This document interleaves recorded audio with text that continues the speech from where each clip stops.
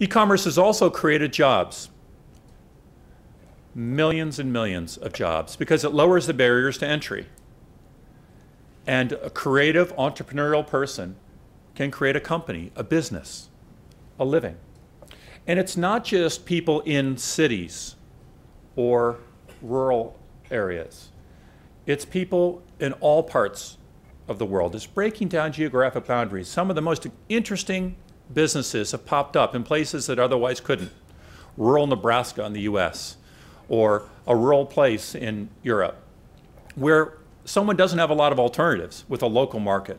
But if they're creative and entrepreneurial, they can create a countrywide, national, regional, or global business.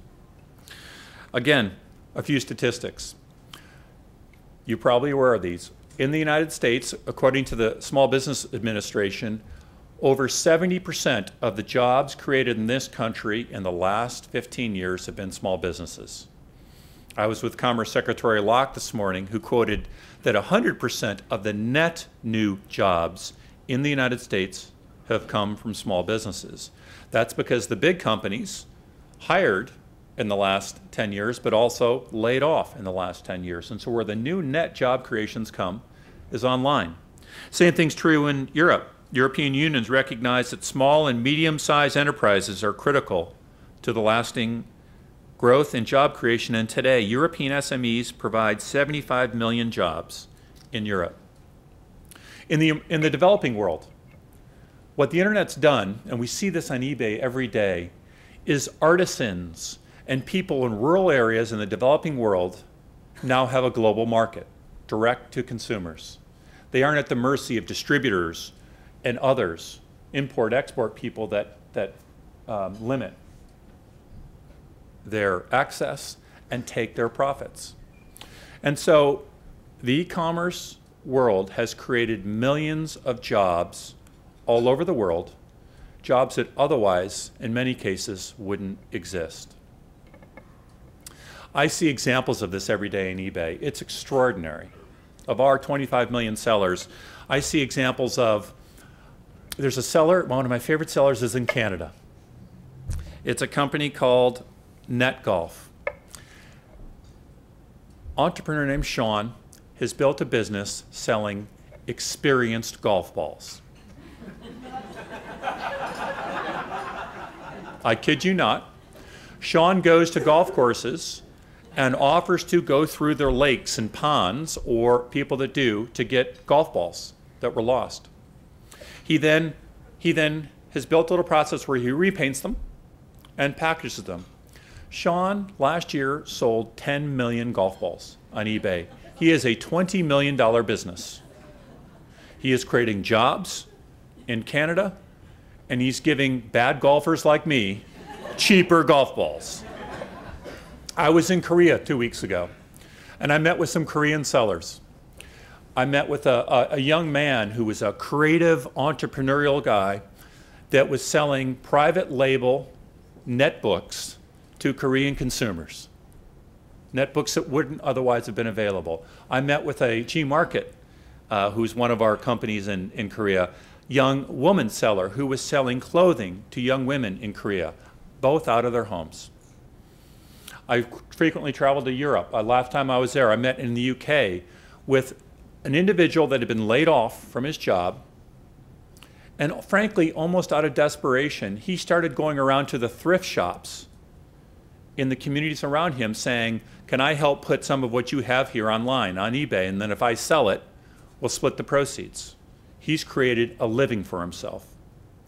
And so as you think about e-commerce and the internet, in addition to creating lower prices for consumers, it creates jobs and opportunity for small businesses that can't be matched elsewhere. So let me just wrap up my remarks with, I guess, what I would characterize as my hopes and aspirations as this very important body sits down at a very important time in our global economy and in the development of the internet and of e-commerce. And my hope is that you take the same mindset in the next 5 to 10 years that you have in the last 5 to 10 years.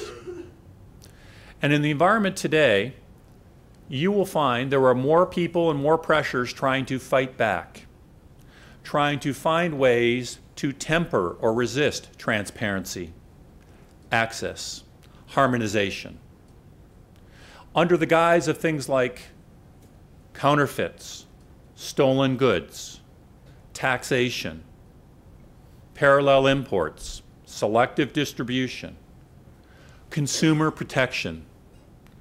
There are going to be urges to try to create policies, rules that will, in some cases, if not many, hurt the little guy, make it more complicated to do business, more difficult to create those jobs and bring lower prices to consumers.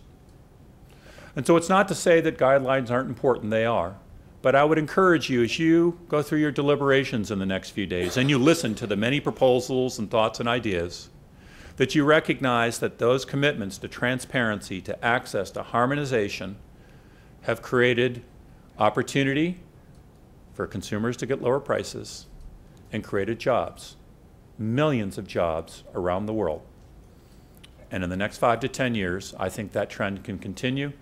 I think those of us that are in the internet industry are committed to doing everything we can to build legitimate and fair and open and transparent markets.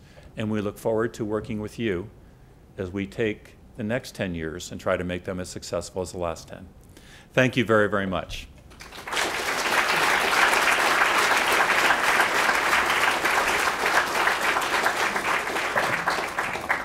I believe we have some time for questions, and I'd be happy to take any questions. Looks like we have two. Why don't we go? Susan, why don't you go first, and then we'll go over here. Hi, Susan Grant, Consumer Federation of America. Many of the jobs that eBay has created probably don't have health benefits that go along with them.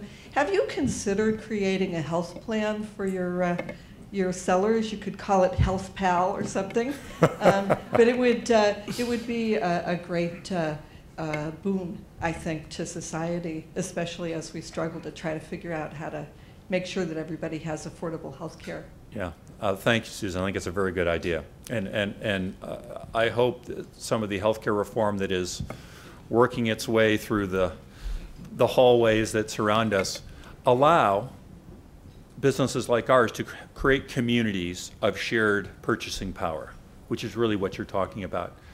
That's currently, as you know, very hard to do for people other than your employees, and the insurance companies make that a challenge. But I'm hopeful about some of the direction that the healthcare bill is coming through to create those shared pools of purchasing power, which we would love to do for our sellers.